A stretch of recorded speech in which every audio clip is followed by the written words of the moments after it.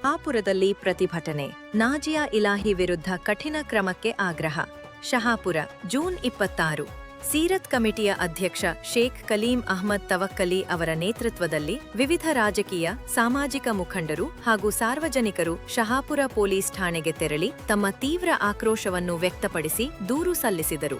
ನಾಜಿಯಾ ಇಲಾಹಿ ಅವರು ಪ್ರವಾದಿ ಹಜರತ್ ಮುಹಮ್ಮದ್ ಸಲ್ಲಲ್ಲಾಹು ಅಲೈಹಿ ವಸಲ್ಲಂ ಅವರ ಕುರಿತು ಅವಹೇಳನಕಾರಿ ಹೇಳಿಕೆ ನೀಡಿರುವುದಾಗಿ ಆರೋಪಿಸಿ, ಈ ಹೇಳಿಕೆಯಿಂದ ಮುಸ್ಲಿಂ ಸಮುದಾಯದ ಧಾರ್ಮಿಕ ಭಾವನೆಗಳಿಗೆ ಗಂಭೀರ ಧಕ್ಕೆ ಉಂಟಾಗಿದೆ ಎಂದು ಪ್ರತಿಭಟನಾಕಾರರು ತಿಳಿಸಿದರು.